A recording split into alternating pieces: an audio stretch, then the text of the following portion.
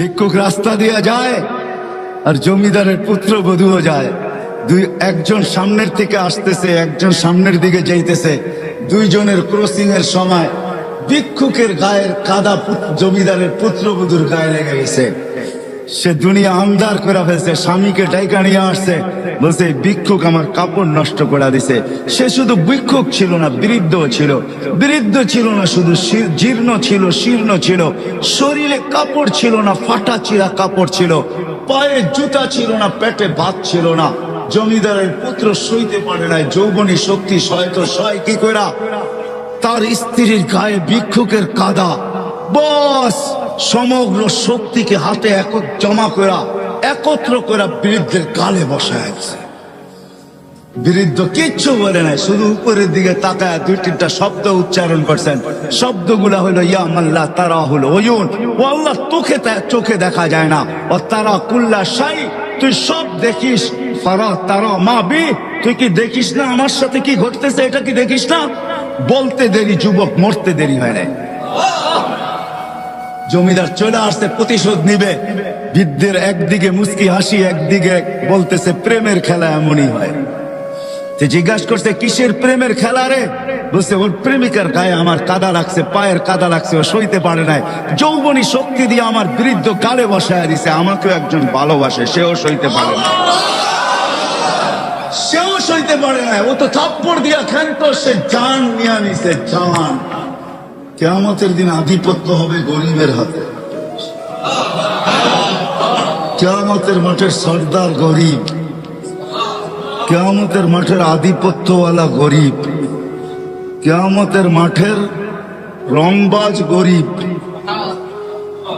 যত শব্দ দুনিয়াতে আছে আধিপত্যের জন্য, সব ওর লোকে ফিট করতে পারেন। এই জন্যই হাদিসে আছে কিয়ামতের দিন ফেরেশতা আসবে ওর কাছে হিসাব দিতে, চলো তো ফেরেশতাকে ও চোখ দেখায় দিবে, ফেরেশতার চোখে আঙ্গুল ঢুকায় দিবে আর বলবে আইয়ু হিসাবিল্লাহ, না আমাদের কিসের হিসাব, পাগলি এখান থেকে, আমাদের কিসের হিসাব? তো তর্ক বিতর্ক আল্লাহ দেখবে, জানবে। আল্লাহ জিজ্ঞেস করবে তর্ক বিতর্ক কিসের? গরিব হিসাব দিতে রাজি না। আল্লাহ বলবে শান্ত ভাষায় জিজ্ঞাসা করো, ভদ্র ভাষায়, কেন দিবে না? তো গরিবের কাছে ওই দিনও লজিক থাকবে, যুক্তি থাকবে। বলবে মা আতান আল্লাহু মালা, দুনিয়াতে মাল দেয় নাই, কিসের হিসাব? মালই তো দেয় নাই।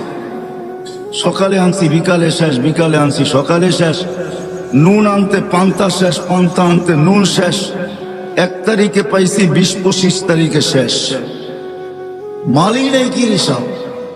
আল্লাহ স্বীকারোক্তি দিবেন, গরিবদের পক্ষে আল্লাহ যাবে আর বলবে সাদাকু, এরা সত্য বলছে, মাল দেয় নাই। দুনিয়ার জোট কোনো জোট না, জোট তো হবে কিয়ামতের দিন। অমতাজুল ইয়াউমা আইয়ুহাল মুজরিমুন, এটাই আল্লাহ বুঝাইতেছেন, কিয়ামতের দিন জোট হবে, জোট।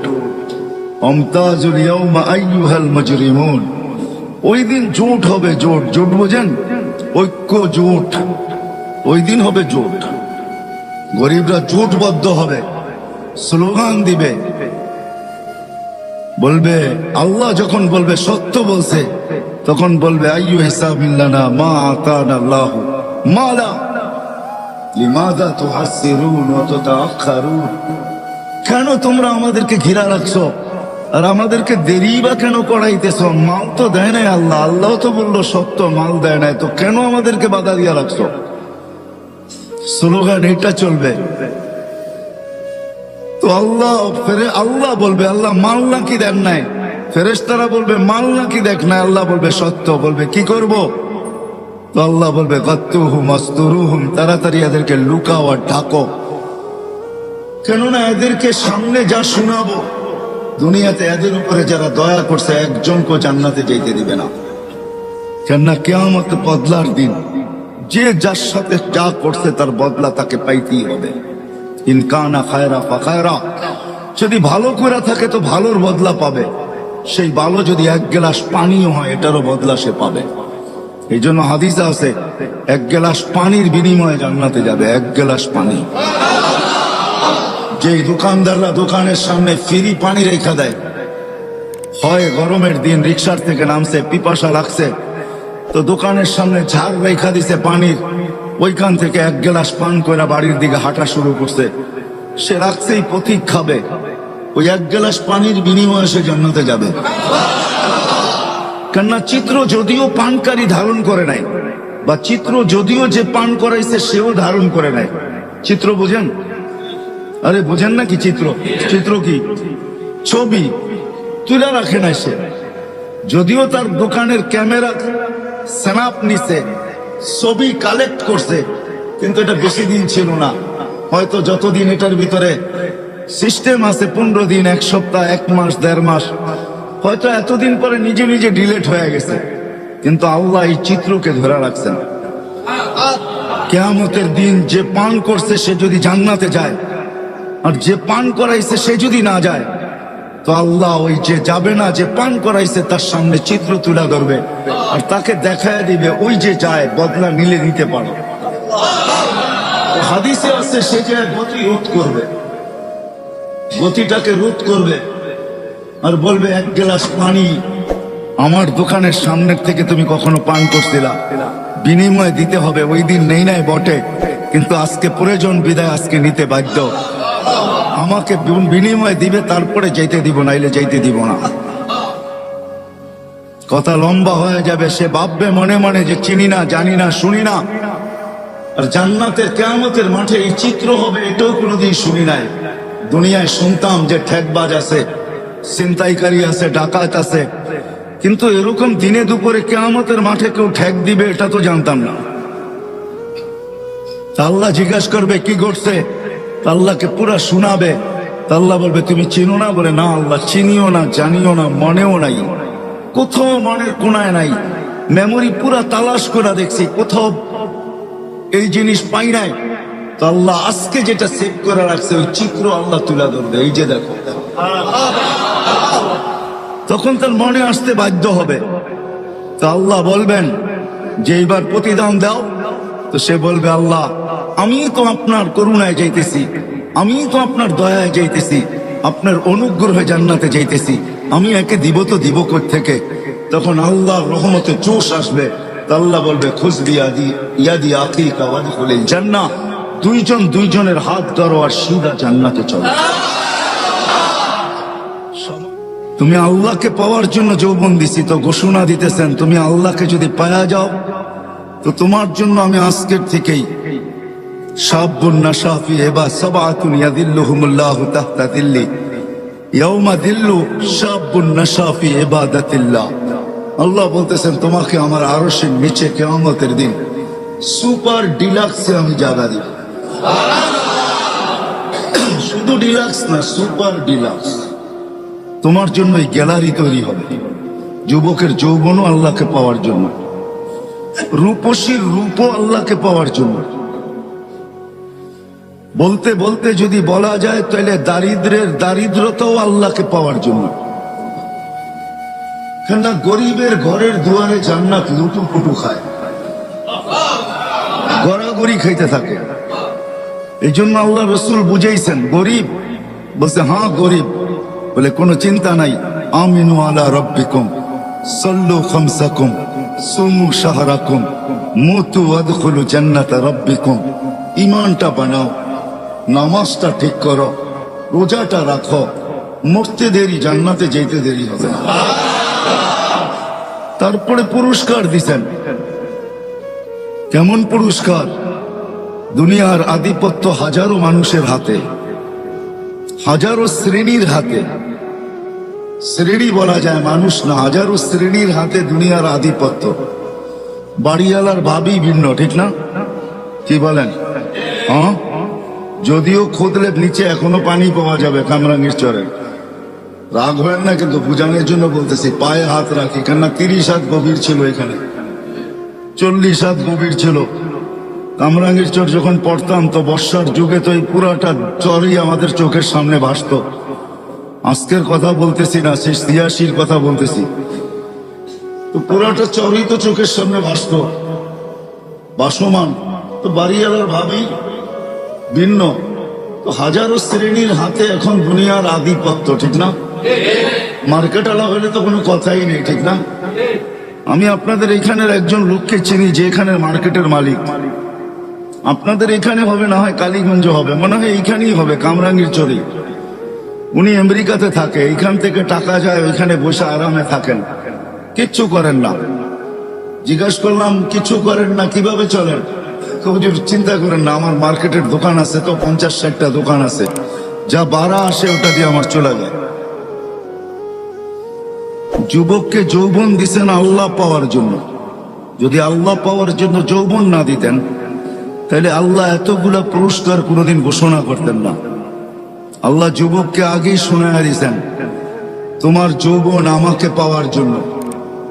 পাইলে কি হবে মালিক? তোমার জন্য এখন থেকেই আমি আরশের নিচে গ্যালারি বানাইতে শুরু করব। নর্মাল গ্যালারিরা, super deluxe gallery. Normal gallery না, স্টেডিয়ামে নর্মাল গ্যালারিও থাকে, আবার সুপার ডিলাক্সও থাকে।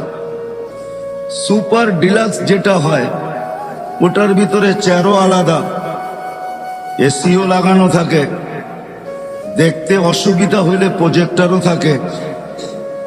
কি বলেন, বুঝাইতে পারতেছি? দেখতে যদি কোনো যুবকের অসুবিধা হয় তো প্রজেক্টর থাকে। আবার ওটার ভিতরে খাওয়া দাওয়াও থাকে। একটু পর পর জিজ্ঞাস করে চা খাবেন, একটু পর পর জিজ্ঞাস করে পানি লাগবে, কেননা খাদেম থাকে তো, কেননা সুপার ডিলাক্স ওরকম টিকিট নিয়ে ঢুকছে বিদায়। ওটার ভিতরে সমস্ত ব্যবস্থা থাকে। কোথাও কোথাও এমনও থাকে যে কনভেন্স পর্যন্ত বাড়ির থেকে গাড়িতে নিয়ে যাবে, আবার গাড়িতে বাড়ি পৌঁছায় দিবে। আবার এদের জন্য সিকিউরিটিও থাকে, এদের গেটও ভিন্ন থাকে। এরা সাধারণ গেট দিয়ে ঢোকে না, এদের জন্য গেটই ভিন্ন। সব কিছুর ভিতরে পার্থক্যতা থাকে। তো যুবককে যে যৌবন দিছেন এটা আল্লাহকে পাওয়ার জন্য দিছেন। এই জন্য আল্লাহ ঘোষণা দিছেন, যুবক যৌবন আমাকে পাওয়ার জন্য, নাইলে তোমাকে আমি যৌবন দিতাম না। আমরা ভাবি যৌবন মনে হয় অন্য কাজের জন্য দিছেন। না না না না, বাহিরের লাউড স্পিকার খোলা বিদায় এত কথা ইঙ্গিতে এত কথা বুঝানো যাবে না, নাইলে চোখে আঙ্গুল দিয়েও বুঝানো যেত। যৌবন আল্লাহ এই জন্য দেন নাই যেই জন্য আমরা ভাবি। যুবকরা যেটা ভাবে এই জন্য যৌবন দেন নাই। আমাদের সমাজ যেটা বলে এই জন্য যৌবন দেন নাই, যে কিছু করলে তো এই বয়সেই করবে। প্রবাদ বাক্য আমাদের আছে সচরাচর, মা বাবাও বইলা বেড়ায় কখনো কখনো যে যুবক তো এই বয়সেই তো কিছু করবে, ঠিক না? এই বয়সে যৌবন কিছু করার জন্য দেন না, আল্লাহকে পাওয়ার জন্য দিচ্ছেন। এই জন্যই আল্লাহ বুঝাইতে চাইতেছে, যুবক তোমার যৌবন আল্লাহকে পাওয়ার জন্য। শয়তানের মনই শয়তানকে ধোঁকা দিছে, এই কথা বুঝাইছে যে তুই তো উত্তম, মাটিকে জ্বালায়া ইটো বানাস, আবার সবকিছুকে জ্বালায়া তুই ছাইতে রূপান্তরিত করিস। তুই আগুনের তৈরি, মাটিটাকে সেজদা করবি তো করবি কেন? তার বুঝে আসছে, যুক্তি দিয়া তাকে বুঝাইছে। যেরকম আমরা এখন যুক্তি তর্ক দিয়া বুঝি, সবাই মনে মনে ভাবে কথাগুলা শুনি, ভালো লাগার পরেও অনেকজনে এই কথাই বলবে যে আমাদের বিবেক বুদ্ধি বিদ্যা কি কম আছে নাকি? আমরা জেনারেল শিক্ষায় শিক্ষিত আর হুজুররা হলো ধর্মীয় শিক্ষায় শিক্ষিত, অথচ সে কোনোদিন তাকায় দেখে নাই যে ডিকশনারিতে জেনারেলের অর্থটা কি লেখা আছে। ডিকশনারিতে জেনারেলের অর্থ লেখা আছে সাধারণ শিক্ষা। সাধারণ জিনিস নিয়ে যে গৌরব করা যায় না, এটা আমাদের মাথায় নাই। বিদায় আমরা বইলা বেড়াই আমরা কি শিক্ষিত কম নাকি? বরিশালের থাকলে তো বইলেই বসবে, মুই কি কম বুঝি, মোরে বুঝাইতে হইবে। তো বিদায় যুক্তি তর্ক দিয়া শয়তান বুঝাইছে, মন বুঝাইছে শয়তানকে যে তুই উত্তম। এই জন্য সে সৃষ্টি যদিও আল্লাহর, আল্লাহর পাওয়ার সম্বন্ধে আমাদের চেয়ে শয়তান 1000 কোটি গুণ বেশি জানে। কেন সে দীর্ঘ একটা সময় আরশের নিচে ছিল, 30,000 বৎসর টানা আরশের নিচে ছিল। সে শুধু আরশের তওয়াফ করছে, বিধায় তার অভিজ্ঞতা জ্ঞান অনেক বেশি। কিন্তু সে মনের কাছে মার খেয়ে গেছে, বিধায় ওই শয়তানও আমাদের সাথে আসছে, মন তো আছেই আছে।